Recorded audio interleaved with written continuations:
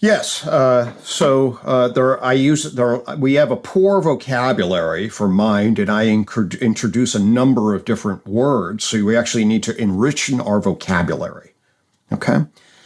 So the first thing I point to in the world from a scientist's perspective is that I introduce a concept called capital M mind. Okay. And really what it points to in the world is mindedness, which is, and I'll get to this, so just hang with me for a second. Mind in the world has the property of mindedness and is identifiable through what's called mental behavioral patterns. Okay? What's a mental behavioral pattern? A mental behavioral pattern is a sensory motor loop, okay, inside an animal that yields or results in a functional awareness and responsivity from an animal, okay, relative to its sensory and motor structure. Okay. Let's make this super simple. Go out into the woods and watch the birds and the bees. Okay. Watch the squirrels. Okay. What are they doing? They're sensing and moving. And they're sensing and moving, behaving in a way that's radically different than the plants and the bacteria. That is the difference. So you can factor out living and leave behind the higher order mental behavioral patterns of animals. We call it animal behavior. That's not the right term. It is the cat that animals exhibited. It's mindedness. Okay? Mindedness is the sensory motor looping structure that enables animals essentially to get up and move around. Okay? So the first thing that we have to know is have to know that mindedness is a different kind of behavior pattern than livingness. So you have living organisms and minded animals. All right. And this is called mindedness. And I have a theory called behavioral investment theory, okay, which says, hey, we can frame the neurocognitive sensory motor looping of animals as essentially what they're doing is they're calculate the expenditure of the behavior of the animal as a whole, trying to expend work effort and make predictions about what they can get out of the environment relative to survival and reproductive success. Okay? So mind now here is defined as the set of minded behavior. So that's one definition of capital M mind. Okay? Now, if your audience is thinking, well, wait a minute. Okay, your audience is immediately going to say, hey, there's two other kinds of ideas here, at least, that I want to talk about. When you say the word mind, I mean that shit that Wundt was talking about, that stuff behind your eyes. That's when you go asleep, it goes offline and you wake up and then you have all these weird experiences, right? It's like, hey, you're tasting coffee right now. Okay. That's called, in my system, that's called mind two. Okay. Mind two refers to the subjective conscious experience of being in the world, and it emerges from mindedness, at least as far as we're aware. Okay. And essentially, we can then talk about how we think it happens that way, okay? But it has unique properties, so mind two is only available to be observed inside out. I'll say that again. You can only see mind two inside out, okay? So that's an interesting thing about it. It's like, it's very hard for me to see your mind two directly, okay? So that's one other meaning of mind two, which is subjective conscious experience. And then some other people will be in the Rene Descartes tradition, will be like, well, wait a minute. What about all this reasoning that you're doing? What about I think, therefore I am? You're justifying. And in fact, only humans really have this kind of mind. And you had to get socialized into the world. And now you can think and be self-recursively. Should I drink this? Do I have free will in drinking this? And am I consciously aware of my world? Well, in you talk, this is mind three. Okay, mind three is mediated by is self-conscious reflection, mediated by reason giving and justification. This is Rene Descartes' mind. Okay, so notice we have mind with a capital M that comes out of life, the properties of which are mindedness. You can see from an exterior perspective all the sensory motor looping that animals engage in. Mind one is the neurocognitive activity and the functional behavioral activity.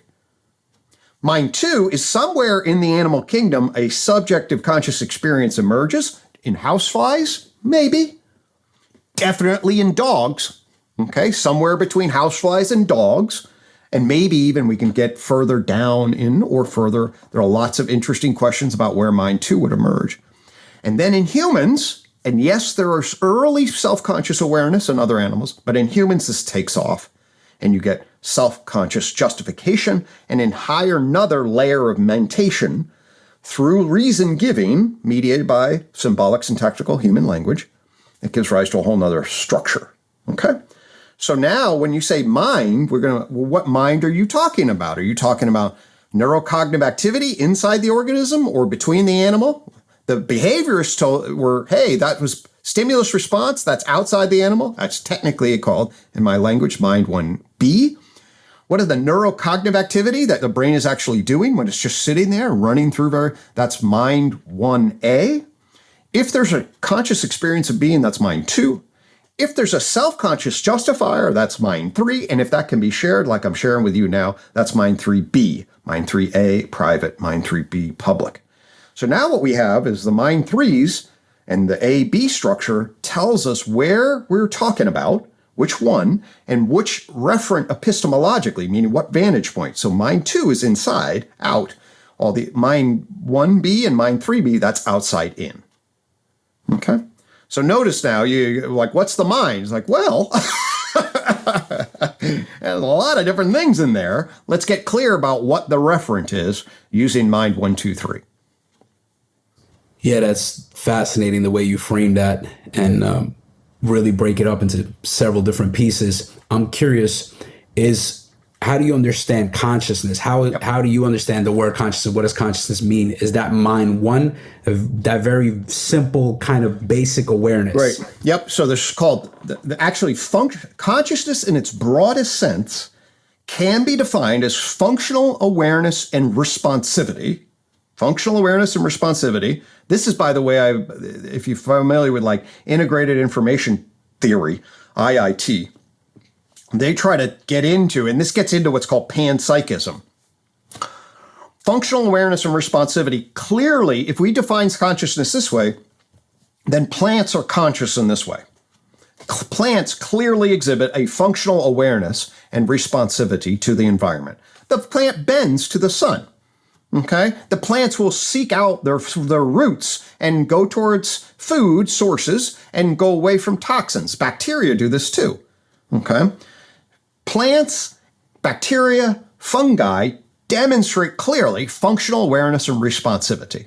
Okay, all right, and all we mean is that the system internalizes some aspect, adjusts its behavior accordingly, and has some kind of vague learning memory function to demonstrate that it's functionally tracking a stimulus response pattern. Okay? And then we say, what do we mean by conscious? Well, we mean it's aware at some level. Just like now, you can think about that, like when you say, hey, oh my God, I went to a party, got totally hammered, and then I was out cold. I was unconscious. What do you mean when you say somebody's out cold, unconscious? They lacked functional awareness and responsivity. I went, hey, buddy, are you all right? And they didn't respond. And we were like, oh, shit, should we call 911? Is this or should we let them sleep it off? You know, if you've been at those kind of parties, thankfully I haven't for a while, okay? But what we mean there is the guy's unconscious, right? He's not responding, and then we have to decide whether we're in deep trouble. Then all of a sudden, if he wakes up, now he demonstrates functional awareness and responsivity. Because he's a human, we presume that as he demonstrates functional awareness and responsivity, his subjective conscious experience is coming online too.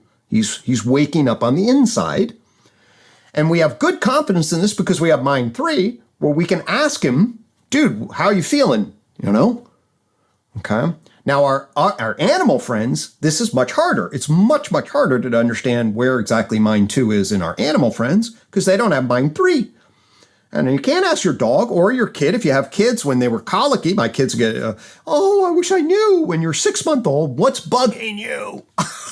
What is your mind to experience at 6 months? Well, we don't have direct access to that. So consciousness sometimes refers to awakened responsivity from the outside. That's the broadest definition. You can see that from the outside, and that meaning can all the way go down to plants. Okay. Then there's animal functional awareness and responsivity. That's mind 1. Okay.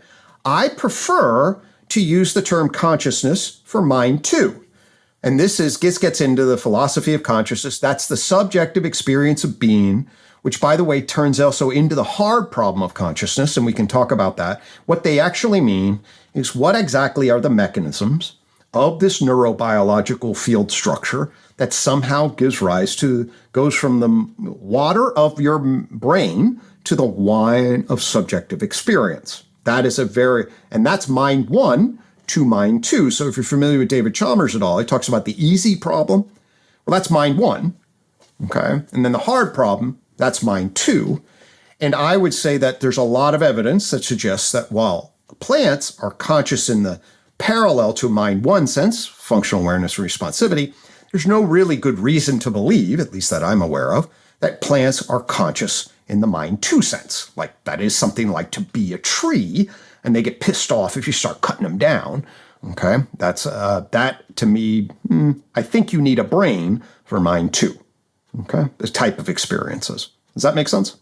Okay, For sure. all right. The last thing I'll say is one last point about self-conscious. So then self-conscious corresponds quite a bit to mind three. That's actually, I am now aware of myself. And by the way, this then is going to bring in your strange loop of awareness and things like free will and say, did I really choose to join this podcast, or was it an inevitable unfolding of deterministic causation, etc.? You get into that kind of, now you're in mind three, self-conscious reflection, and you get issues of like the freedom of my will to both be aware and decide where it's going, etc. Okay.